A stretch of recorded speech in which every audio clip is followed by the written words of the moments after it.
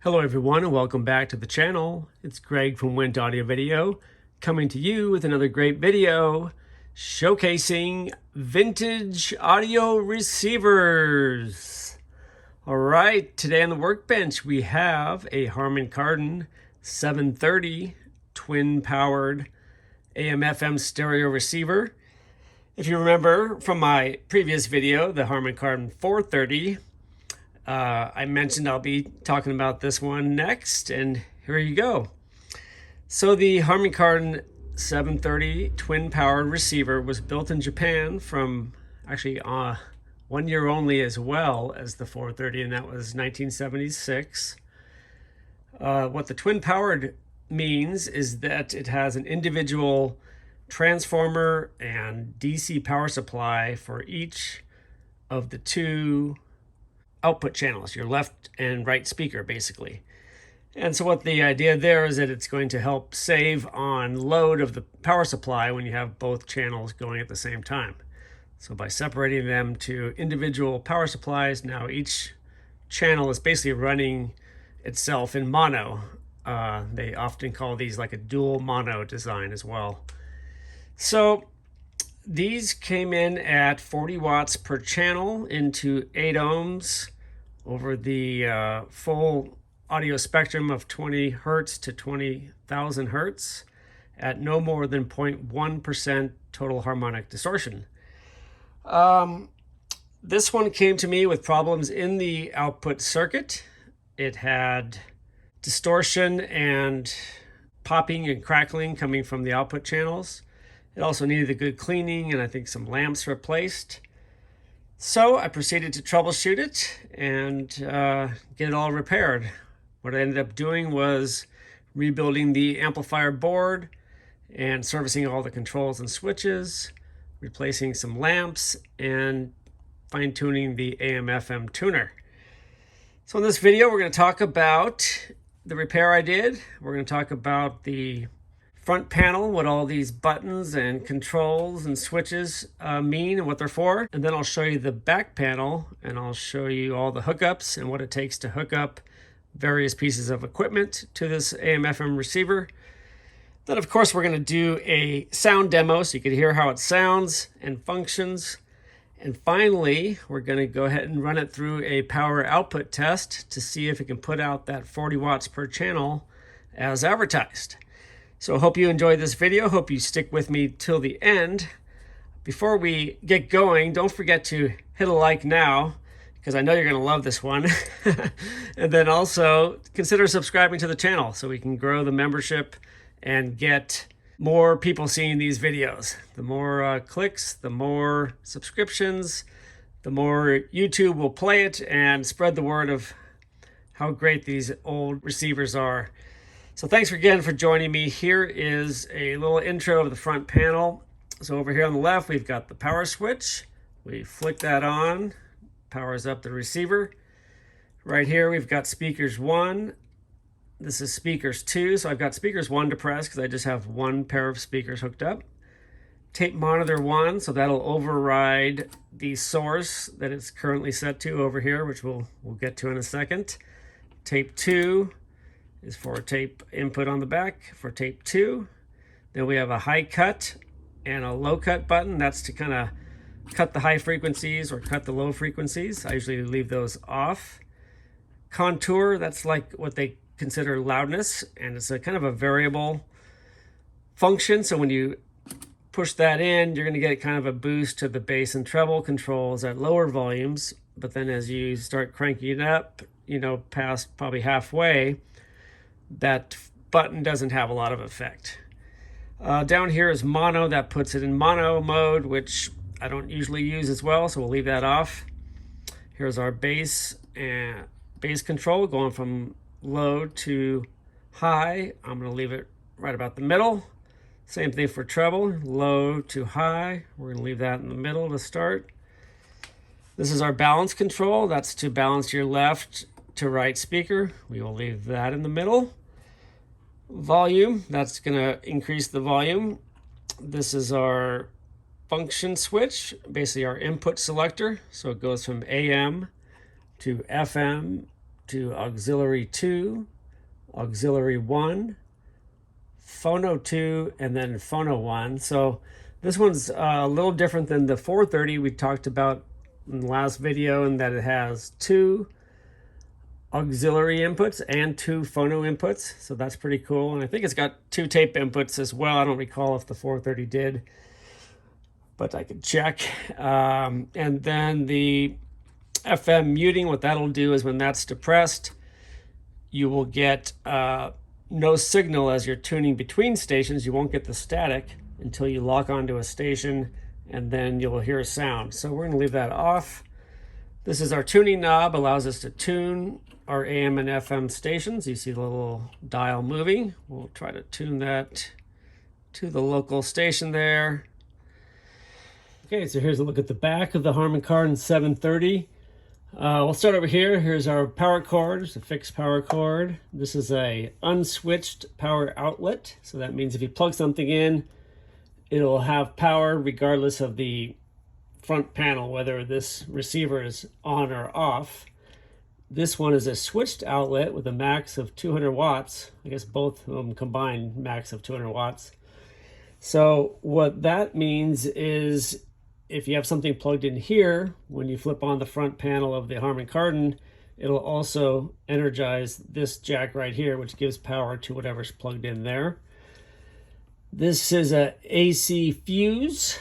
Here's our speaker system 2 hookups, right and left. This is speaker system 1, right and left.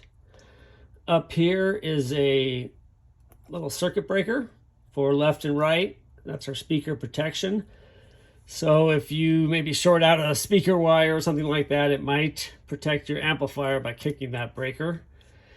This right here is a internal AM rod antenna.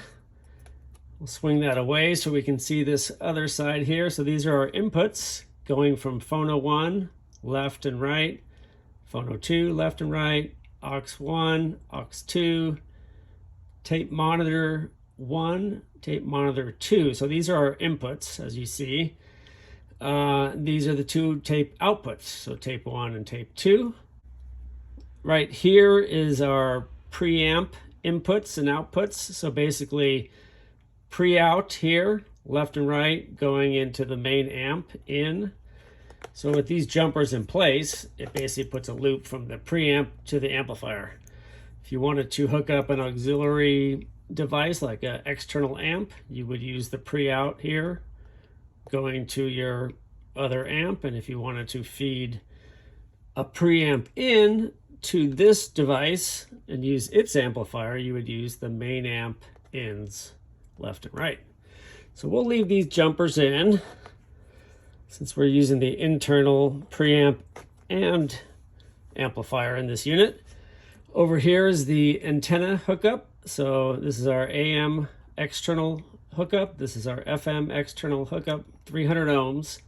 So that's flat lead wire. If you don't have flat lead wire, you could use something like this, which is a 300 or a 75 ohm coax screw-on cable to 300 ohm adapter called a matching transformer. So you would screw that in there and then hook up your cable to this end, your antenna. This is a ground connection for our phonograph, and then this is a mute adjustment for setting your FM muting so that it mutes at the right channel of signal strength, basically. So there's the back. Why don't we, I guess we could tell you about, like, what could you actually hook up here? Well, you could hook up a CD player here. You could hook up an iPod. You could hook up a smartphone. You could hook up a TV. If you had a TV connection, maybe a cable box. You could hook up any device that has a low-level output. Same thing for our tape decks. If you didn't have a tape deck and you needed one more input, you can use, the tape inputs, the same basically as the auxiliary. And then if you wanted to feed sound out of here to some other device, like maybe a tape deck to record, or your computer, or a an equalizer perhaps. There's a variety of uses for those outputs. And then the phono inputs 1 and 2. You could even adapt one of your phono inputs with an RIAA filter if you needed a additional auxiliary input for another device. So lots of options on the back of this guy. Great design, really easy to see everything and make your connections. So there's a look at the back. We'll go ahead and pop it open, take a look at the inside, show you what the repairs are that we did on the inside. All right, so here's a look at the inside of the Harman Kardon 730 twin-powered receiver. As you can see, there's the twin power supplies with their individual transformers and capacitor set for each of the 2 left and right output channels. This is our preamplifier driver board. Heatsink here with the output transistors mounted to it, and these silver guys right here. This is our phono EQ board, front end capacitor tuner, the tuning board, and then back here is the input panel. There's a lamp board right here. You can see the tuning capacitor and the dial string move as I rotate the tuner. So that's the inside. Pretty simple layout. As you can see, it's very easy to get to everything. It's all like right here. This board even unplugs. I believe that one, these ones in the back do as well. Let me show you a little bit about the repair we did. So if I angle over here, you can get a little better look. So here's the driver board right here. We changed out the differential transistors and all the different pre-driver stages all the way up to the top here to the final drivers. We changed out all the capacitors, put in new potentiometers for adjusting the idle current.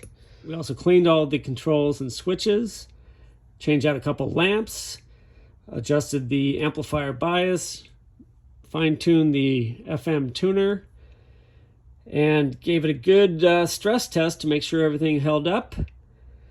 Let me go ahead and flip it over. We'll take a look at the bottom. Okay, so here's a look at the bottom of the Harman Kardon 730. As you can see, there's the bottom of those 2 transformers. This is that capacitor board. Here's the bottom of that amplifier output heatsink. We've got our power supply here. This is the bottom of the tuner board, our input selector boards. Here's our tone board where your bass controls are, your balance and your volume. This is our switch control board right here and power switch. So as you can see from the bottom, also very easy to get to everything. Harman Kardon did a great job for the technicians to be able to easily service their units, and plus they're just built incredibly well. Let's go ahead and flip it back over. We're gonna hook everything back up so we can do that demo. So let's go ahead and do a demo. Let's flip it to AM. We'll start with AM. Come up here, and then we're gonna look for a channel. Down, so almost a third of the force is no longer with us. 76 days. So it does okay on AM. AM's typically talk shows. If we go to FM, we'll go tune that station. It locks into stereo. We're trying to get the signal strength. Oh, I forgot to talk about that. The signal strength meter is here, and then this is your tuning dial, as you see. So we're on 88.1. There's our signal strength going from right to left on FM. Will give us the highest peak.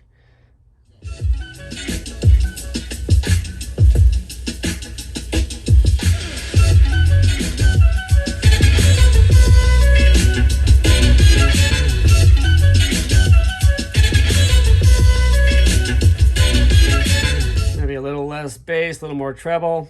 We'll stop that so we don't get in trouble. I've got something going on auxiliary 1, so let me flip it to that. Crank it up.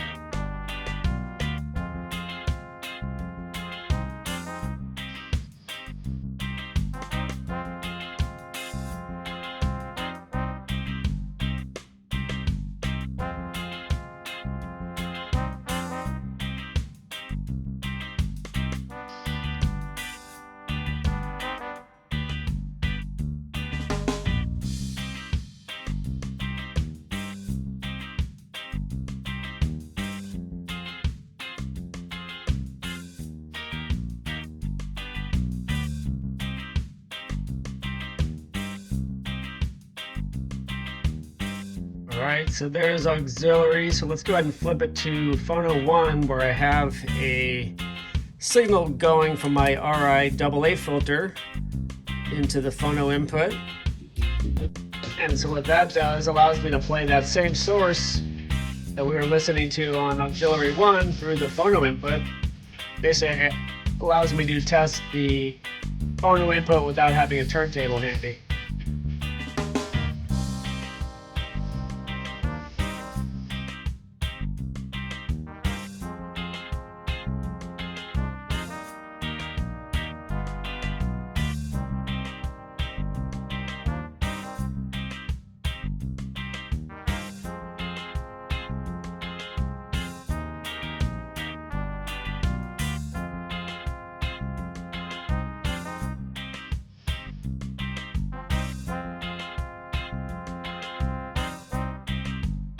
There you have it. As you could tell, it would sound good if that was a turntable playing through that input. That tells us the phono amp is working properly. So there it is with the demo. Why don't we go ahead and hook it up to the test equipment, and we'll do a power output test to see how many watts per channel this thing's putting out. Okay, so we've got the equipment hooked up. Over here on the left, the yellow Fluke RMS meter is measuring AC volts. The analyzer here is going to produce our 1000 hertz sine wave and also measure AC level, distortion, and watts per channel. And then our oscilloscope is going to give us a visual representation of the sine waves and show us the levels as we crank it up. So let's go ahead and start cranking it up. By the way, we're hooked up to an 8 ohm, 250 watt dummy load. So right now, let's look at the, actually we'll look at distortion first. We want to make sure this number doesn't go beyond 0.0 or 0.1%. So we're at 0.03, that's below 0.1. We're measuring our 1000 hertz there. If we keep cranking it up, you can see it's going 17. Getting pretty high. 18.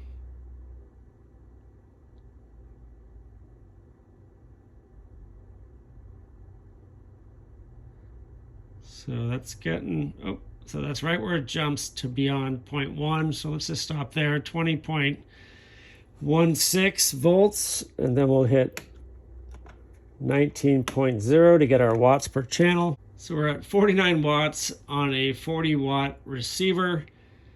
And that is at 0.09, oh, just teetering on the edge of 0.1% total harmonic distortion. So that's pretty good. Let's go ahead and flip it over to the right channel and we'll compare our numbers. Okay, so we got the right channel hooked up now. Actually, we have both hooked up because as I mentioned, it's a twin powered receiver. So it shouldn't matter that we're driving both at the same time. All right, we're cranking up. We're looking at the purple waveform. And we're looking at our distortion.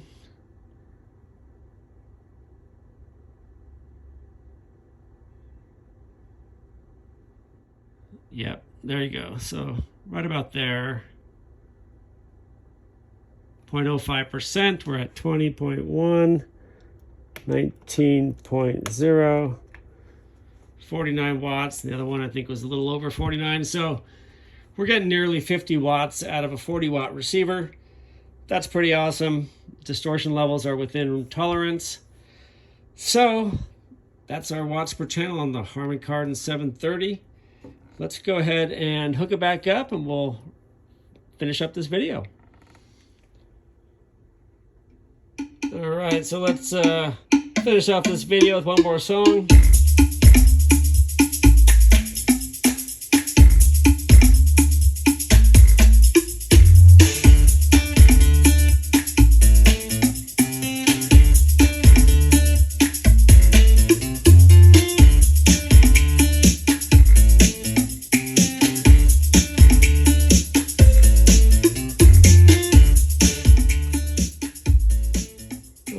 there you have it, the Harman Kardon 730 twin-powered AM/FM stereo receiver.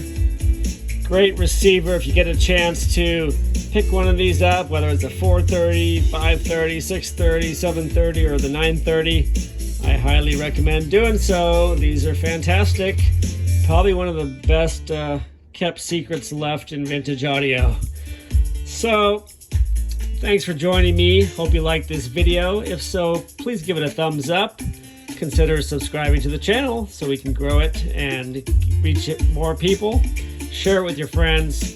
Thank you so much for joining me. Hope everyone is doing well out there. We'll see you in the next video.